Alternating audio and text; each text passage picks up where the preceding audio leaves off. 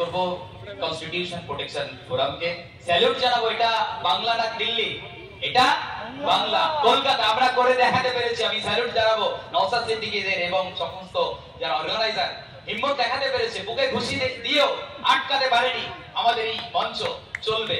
আমি সবাইকে সাঙ্গ দিতে বলবো। মনে করিয়ে দেবো সেদিনের শাহিনবাগের কথা, যেদিন ওই মা বোনেরা নেমে এনআরসি আটকাতে পেরেছিল, মোদী অমিত শাহ দম্ভ চূর্ণ করতে পেরেছিল, সেদিন বাংলার মায়েরাও বাংলার ভাইরাও পথে নেমেছিল। আমি বলবো আজকেও আপনাকে পথে নামুন। যেভাবে কৃষকরা পথে নেমে কৃষক বিলকে প্রত্যাহার করতে পেরেছিল, আমি বিশ্বাস করি এই ওয়াকফ আইন বাতিল করাতে পারবে সেই হিম্মত বাংলাবাসীর আছে। আছে তো? আজকে আমরা গিয়েছিলাম ইলেকশন কমিশনে, এখানকার সিও দপ্তরে। আমি সংক্ষেপে রিপোর্ট একটাই বলবো, যেটা আতঙ্কিত হচ্ছি আমরা বারবার এসআইআর নিয়ে। উনি বলেছেন যে ইলেকশন কমিশন যেটা দিল্লি থেকে এখন পর্যন্ত নির্দেশনা আসেনি এবং এখান থেকেও কোনো নির্দেশনা নেই।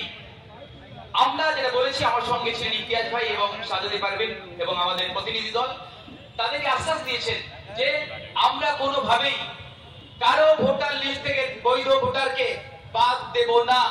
এই প্রতিশ্রুতি তারা দিয়েছেন, তাদের সুযোগ দেওয়া রয়েছে এবং তারা বলেছেন, আমরা বলেছি যে এই ৮ দশক পরে আপনাদেরকে প্রমাণ দিতে হবে নাগরিকত্ব। এটা নিয়ে যখন চারিদিকে রাজনীতি চলছে, বিজেপি রাজনীতি করছে, সৈন্যবাবু রাজনীতি করছে, মমতা বন্দ্যোপাধ্যায়ের কোম্পানি তারা দেখছে, সংখ্যালঘুদের ভয় দেখাচ্ছে, আদিবাসীদের ভয় দেখাচ্ছে। আপনারা চুপ করে বসে আছেন কেন? আপনার দায়িত্ব নেই? আপনার স্ট্যাচুটরি বডি, আপনার প্রেস কনফারেন্স করুন। আমাদের প্রতিনিধি দল দাবি জানিয়েছে, তারা বাধ্য হয়েছে, বলেছে সিও এবং তাদের আধিকারিকরা অবিলম্বে দ্রুত পদক্ষেপ নিয়ে জানাবে, খোলাসা করবে যে আতঙ্কিত হওয়ার কিছু নেই। আর আমরা বলেছি যদি কখনো কোনোভাবে নির্বাচন কমিশনের আধিকারিক দ্বারা আমাদের কোনো বৈধ ভোটারের যদি নাম বাদ যায়, কোনো সমস্যা হয়, তার দায়ভার আপনাকে নিতে হবে। গরিব মানুষরা নাম বাদ যাবে, কোটে কোটে দৌড়াবে, এটা হতে দেব না।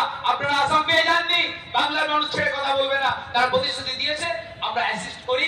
আমাদের নির্বাচন দপ্তর, ইলেকশন যেটা ডিপার্টমেন্ট আছে, ইআরও আছে, ডিস্ট্রিক্টে দপ্তর আছে, আপনারা সেখানে যাবেন। আমি এই কনস্টিটিউশন প্রোটেকশন ফোরামকে বলবো, এই ফোরাম আছে, আপনারা ঘাবড়াবেন না। বলেছে এই কলকাতার বুকেও যে রাজ্য নির্বাচন দপ্তর আছে, সেখানেও প্রতিনিধি দল যেতে পারবে। আর কয়েকটা ব্যাপার বলেছেন যে যারা মাইগ্রেন্ট লেবার বা যারা ভিন রাজ্যে কাজ করছে, সে ব্যাপারেও আমরা একটা সমাধান সূত্র চেয়েছি যে ভিন রাজ্যে থাকছে, আপনারা হঠাৎ করে নোটিশ দেবেন। এটা বলেছে না, আমরা সময় দেব, তাকে হিয়ারিং করার সুযোগ দেব। এই সুযোগ, এই কথাগুলো আমাদের প্রতিশ্রুতি পেয়েছি আমরা। এবং আমরা আরো একটা কথা বলেছি যে ন্যাশনাল পার্টি ওই বিজেপি থাকবে আর তৃণমূল থাকবে, আর আপনারা অল পার্টি নাম দিয়ে আপনারা কার নাম বাদ দেবেন, এটা হতে দেব না। আমরা বলেছি যে যারা রেজিস্টার্ড পলিটিক্যাল পার্টি বা বিভিন্ন সোশ্যাল অর্গানাইজেশন, এই কনস্টিটিউশন প্রোটেকশন ফোরাম, এদের প্রতিনিধি যেন অংশগ্রহণ করতে পারে যে হ্যাঁ আমরাও আমাদের জনগণের জন্য কথা বলবো। গণতন্ত্র মানে কি? তুমি লাটকায় বসে থাকবে আর আমার নাম কেটে বাদ দেবে, আমি তোমাকে ভোট দিয়ে জিতিয়েছি। এই সুযোগটা আমরা জানি যে ওরা দিতে চাইবেন। আইনের কচকচানি দেখাচ্ছে না, আইনে লেখা নেই। ভাই আইনটা কার জন্য? বলে ইলেকশন কমিশনের আইন আছে। আমরা বলেছি আইন তো জনগণের জন্য।